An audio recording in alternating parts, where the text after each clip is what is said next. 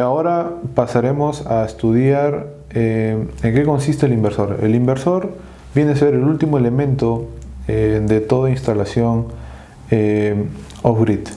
En este caso, pues como características principales tenemos de que el inversor es una electrónica que va a transformar de corriente continua, que lo va a facilitar el banco de baterías, a una corriente alterna.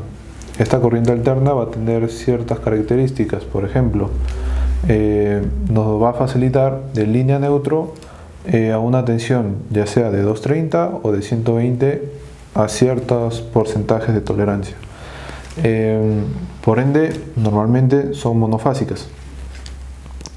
Y una tercera clasificación sería por el tipo de onda de estos inversores. Por lo general, se sugiere que solamente se trabaje con sinusoidales, pero dependiendo de la aplicación y el contexto del proyecto, pues se puede utilizar inversores de ondas modificadas y inversores de onda cuadrada.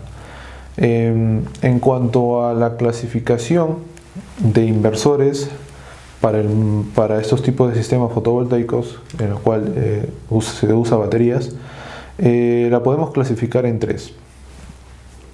Por un lado, los inversores netamente off-grid, en la cual tienen una característica especial de que están regidos en base a la tensión del banco. ¿A qué me refiero? En que si el banco de baterías es de 12 voltios o 24 o 48, pues este inversor sí o sí debe trabajar de acuerdo a esas tensiones señaladas. Obviamente, esto se definirá finalmente al modelo comercial con el que estemos trabajando en su momento. Del mismo modo dependerá de la potencia. Estos inversores, pues, al manejar de manera comercial con los inversores que existen actualmente, pues hay una variedad de modelos en cuanto a variedad de potencias y variedad de tensiones de banco, en este caso 12, 24, 48, y varias combinaciones de estas.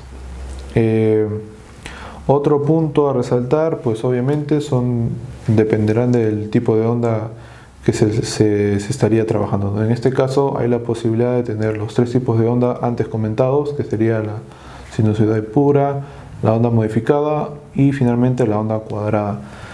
Otro dato resaltante a nivel de estructuración interna del equipo es que solamente tiene las entradas positiva y negativa para el banco de baterías, para poder descargar desde el banco de batería, y una salida en alterna, línea neutro, para poder alimentar consumos en corriente alterna. Después tenemos los llamados inversores bidireccionales o inversores cargadores. Una característica especial de ellos es que, aparte de ser un inversor que te transforma de corriente continua a corriente alterna, va a ser lo contrario también. Va a haber otro circuito independiente en el cual vamos a convertir de corriente alterna a corriente continua.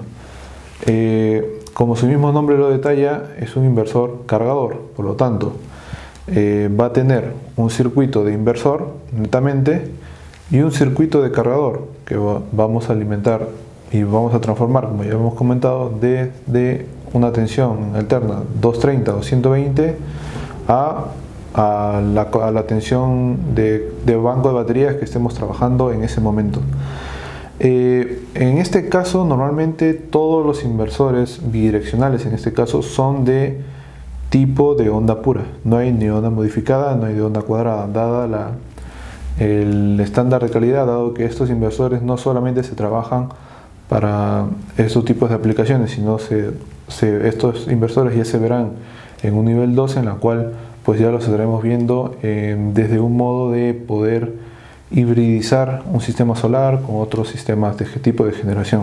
A su vez también de interactuar con la misma red en el caso de otras aplicaciones, como hemos visto en la unidad 1.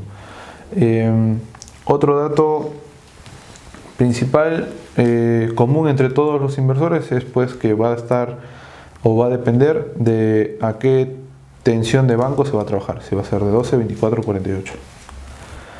Y finalmente los conocidos inversores híbridos, que no es más que la composición de dos ingredientes, por decirlo de una manera, controlador de carga más inversor bidireccional. Estos dos elementos va a estar dentro de toda una electrónica, va a estar todo en uno, en la cual pues van a cumplir las mismas características anteriormente señaladas con los inversores bidireccionales, y pues lo que hemos ido aprendiendo en cuanto al controlador de carga, todas las características en específico. Y como los vuelvo a comentar, ya sea potencia y tensión, va a depender mucho a qué tensión por un lado se va a trabajar, si es a 12, 24, 48, y a qué potencia, dependiendo de la tensión, se va a trabajar. Todo esto se va a ver en las fichas técnicas de cada fabricante.